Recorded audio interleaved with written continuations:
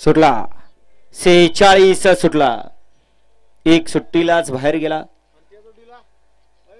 पड्याला 5 जण पळतायत. इकडे 2 ला गुरसाळे, 3 ला अंग्रेवाडी, 4 ला वाठार, 5 ला चेंडू.